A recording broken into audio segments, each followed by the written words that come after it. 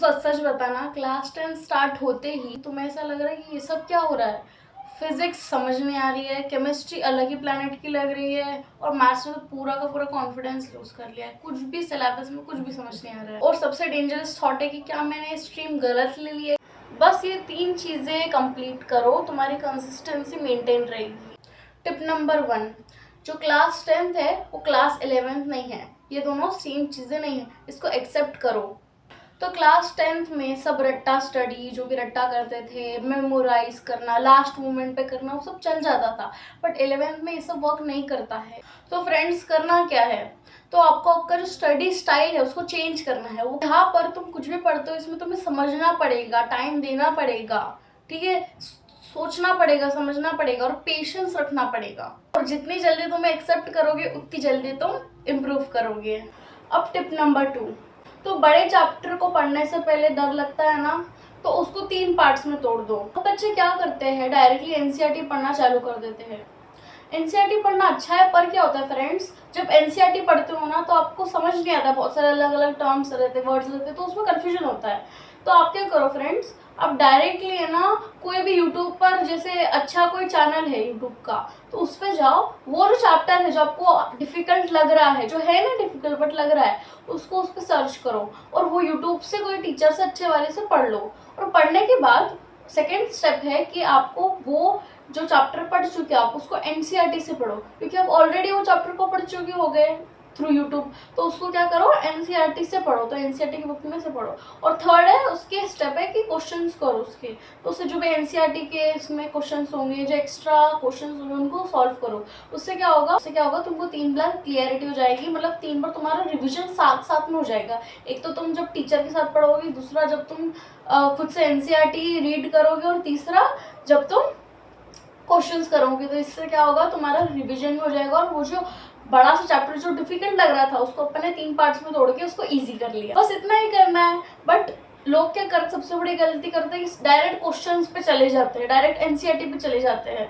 तो वो गलती नहीं करना है, पहले उसको चैप्टर को समझना है, थ्रू यूट्यूब समझ लो, और फिर आप उस चैप्टर को बाद में पढ़ो, उसके बाद में क्वेश्चन आंसर्स करो। नंबर 3, परफेक्ट टाइम टेबल मत बनाओ। एक सच बताओ, परफेक्ट टाइम टेबल कभी भी फॉलो नहीं होता है।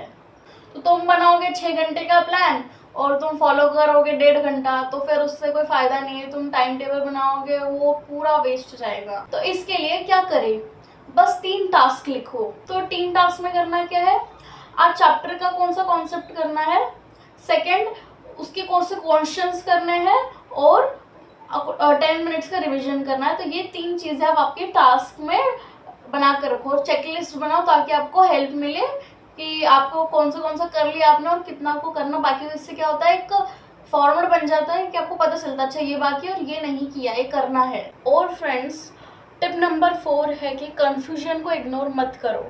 क्योंकि क्या होता है, कोई कन्फ्यूजन आता है, कोई डाउट आता है, तो अपन क्या करते हैं, छोड़ दो यार, बाद में देखते हैं, बट वो बात कभी भी नहीं आता। अगर तुम कंफ्यूजन को इग्नोर करोगे तो तुम्हारे लिए बस फ्यूचर का और स्ट्रेस बढ़ेगा। तो अभी कंप्लीट करना बेटर होता है। और फ्रेंड्स, टिप नंबर 5, कंपैरिजन को बंद करो और कंफ्यूजन को। तो फ्रेंड्स, टिप नंबर 5, तुम्हारे क्लास में कोई ना कोई ऐसा होगा जिसको सब समझ आता होगा, और तुम सोचते होगे कि मैं ही डम्ब हूँ, मैं ही बेवकूफ़ हूँ, मुझे सब कुछ समझ नहीं आ रहा। पर ऐसा नहीं है, उनको भी बहुत सारी चीज़ें नहीं समझ आती है और वो दिखाते नहीं है। तो तुम क्या करो, दूसरों से कंपेयर करना बंद कर दो, ठीक है, खुद के ऊपर फोकस करो, क्योंकि एंड में जो रिजल्ट आएगा वो तुम्हारा होगा, किसी और का नहीं, ठीक है। तो खुद के ऊपर फोकस करो, और जितना हो सके खुद के ऊपर प्रोग्रेस करना स्टार्ट कर दो अभी से ही। जैसे क्लास 11th स्टार्ट होता है, बहुत सारे स्टूडेंट्स क्या करते हैं, अभी तो क्लास 10th का बोर्ड्स खत्म हुए तो अभी रिलैक्स करते हैं, उसकी वजह से वो क्लास 11th का सिलेबस स्टार्ट ही नहीं करते हैं, और उसकी वजह से बहुत ज़्यादा बैकलॉग्स हो जाता है जो बाद में कंप्लीट नहीं कर पाते हैं। तो वो ना हो इसकी वजह से तुम अभी से ये जो डिसिप्लिन है उसको मेंटेन करो, तुम्हारा सिलेबस कंप्लीट करो, कोई बैकलॉग्स ना रखो, और जितना हो सके उतना तुम प्रयास करो, क्योंकि ये जो 11th का सिलेबस है ना, ये बहुत वास्ट होता है और बहुत डीप में होता है।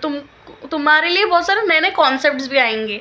तो फ्रेंड्स, तुम जितना कोशिश हो सके उतना अच्छा करने का, परफॉर्म करने का कोशिश करो। और फ्रेंड्स, जितना तुमसे हो सके उतना तुम परफॉर्म करने की कोशिश करो। और अगर आपने ये टिप्स फॉलो की तो आपकी क्लास 11 बहुत अच्छे से जाएगी। और अब डरो मत, मैं आपके साथ हूँ। मैं आपको क्लास 11th में अच्छे से गाइड करूँगी कि कैसे आपको क्या क्या करना चाहिए है और क्या नहीं करना चाहिए है, और कैसे आप आपकी क्लास 11th अच्छा और ईजी बना सकते हो। Thank you so much for watching. Please like share and subscribe. Bye.